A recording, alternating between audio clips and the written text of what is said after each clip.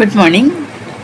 ഇന്നലെ നമ്മൾ സെൽഫിനെ കുറിച്ചിട്ടാണ് പറഞ്ഞതെങ്കിൽ ഇന്ന് ഒരു കണ്ടീഷനിങ് എന്ന് പറയും. അതായത് നമ്മൾ ഒരു കുട്ടിയെ എങ്ങനെയാണ് ഒരു ലൈഫിൻ്റേതായ പല കാര്യങ്ങളും പഠിപ്പിച്ചെടുക്കുന്നത് എന്ന് ഉള്ള ഒരു കാര്യമാണ് ഇന്ന് പറയാനുള്ളത്.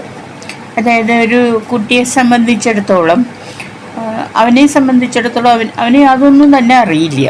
അപ്പോൾ അതിൽ നമ്മൾ പറഞ്ഞു കൊടുക്കുന്ന കാര്യങ്ങളാണ് ആ കുട്ടിയുടെ ജീവിതത്തിൽ അവനെ ഏറ്റവും കൂടുതലായിട്ട് പല കാര്യങ്ങളിലും അവനെ ഏറ്റവും കൂടുതലായിട്ട് ആ കുട്ടിക്ക് പ്രയോജനപ്പെടുന്നത് ഈ കണ്ടീഷനിങ് ആണെന്ന് കാണാം. അതായത് വളരെ ചെറിയ കുട്ടികളെ തന്നെ ഇപ്പം നമ്മൾ ഏറ്റവും കൂടുതൽ നമ്മൾ ഇത് കൊടുക്കാൻ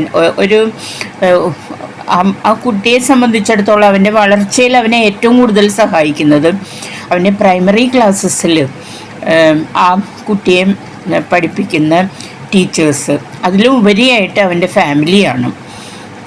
കാരണം ഒരു ഫാമിലിയിൽ നിന്നുള്ള ആ ഒരു സാംസ്കാരികമായിട്ടുള്ള ഒരു ട്രാൻസ്മിഷൻ, അതായത് ആ സാംസ്കാരികമായിട്ടുള്ള പല കൾച്ചറിനെ കുറിച്ചിട്ടുള്ള പല കാര്യങ്ങളും ഈ വീട്ടിൽ നിന്നാണ് കുട്ടി പഠിക്കുന്നത് എന്ന് കാണാം. ഇപ്പോൾ ഒരു ചെറിയ കുട്ടിയെ സംബന്ധിച്ചിടത്തോളം ഇപ്പോൾ ഒരു ആൺകുട്ടിയാണെങ്കിൽ അവൻ്റെ അച്ഛനെയും അതുപോലെ ചേട്ടനെയും സഹോദരന്മാരെയും ആയിരിക്കും അനുകരിച്ച് മുന്നോട്ട് പോകുന്നത്. ഒരു പെൺകുട്ടിയാണെങ്കിൽ അവളുടെ അമ്മ ഭയങ്കരമായ സ്വാധീനമാണ് ആ കുട്ടിയുടെ മേൽ ചെലുത്തുന്നതെന്ന് കാണും.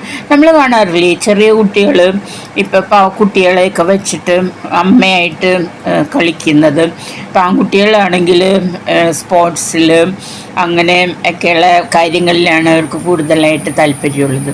അപ്പോൾ ഇതൊക്കെ ഒരു ആൺകുട്ടിയെ സംബന്ധിച്ചിടത്തോളം ആണെങ്കിൽ അവൻ്റെ സഹോദരന്മാരും അച്ഛനും ഒക്കെ വളരെ സ്വാധീന ഘടകങ്ങളാണ് എന്ന് കാണാം. കാരണം അവർ ഇപ്പം പല കുട്ടികളും ക്രിക്കറ്റ്, ഫുട്ബോള് അങ്ങനത്തെ കാര്യങ്ങളെല്ലാം കാണുന്നതും അതുപോലെ തന്നെ പഠിക്കുന്നതും എനിക്ക് അങ്ങനെ റൊണാൾഡോ ആകണം, മെസ്സി ആകണം എന്നൊക്കെ പറയുന്നതും ഒക്കെ അത് അവരുടെ ആ കുടുംബത്തിൽ നിന്നല്ലേ. അവർ വീട്ടിലിരുന്ന് അത് ക്രിക്കറ്റ് കാണുമോ ഫുട്ബോൾ കാണുമോ ഒക്കെ ചെയ്യുന്നുണ്ടാവുമായിരിക്കും.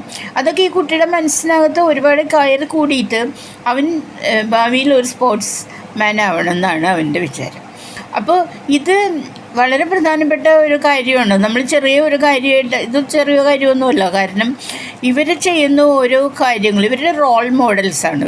ഈ കുടുംബത്തിലുള്ളവർ ഇവരുടെ റോൾ മോഡൽസാണ്. അത് കഴിഞ്ഞ് സ്കൂളിൽ ചെല്ലുമ്പോൾ കുറച്ചും കൂടി വലിയ ലോകമായി മാറുന്നു. മറ്റുള്ള കുട്ടികളുമായിട്ടുള്ള ആ ഒരു സംസാരത്തിലും അവൻ്റെ പെരുമാറ്റത്തിലും എല്ലാം കുറച്ചും കൂടി മാറ്റങ്ങൾ വരുന്നു.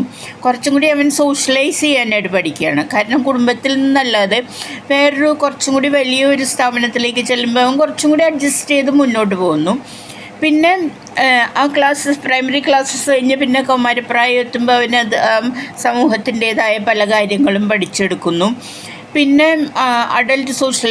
പിന്നെ കുറച്ചും കൂടി വലുതായി മാറുമ്പോൾ അവൻ ആ സാഹചര്യവുമായിട്ട് മുന്നോട്ട് പോകുന്നു. അപ്പോൾ ഇങ്ങനെ നമ്മൾ ജനിക്കുന്നത് മുതൽ മരിക്കുന്നത് വരെ പല സാഹചര്യങ്ങളിൽ നമ്മൾ ജീവിച്ചും ശീലിച്ചും ഇങ്ങനെ പല പല ഹാബിറ്റ്സ് അല്ലെങ്കിൽ പല പല ശീലങ്ങളും നമ്മളിനകത്ത് വളർത്തിയെടുക്കുന്നു. അപ്പോൾ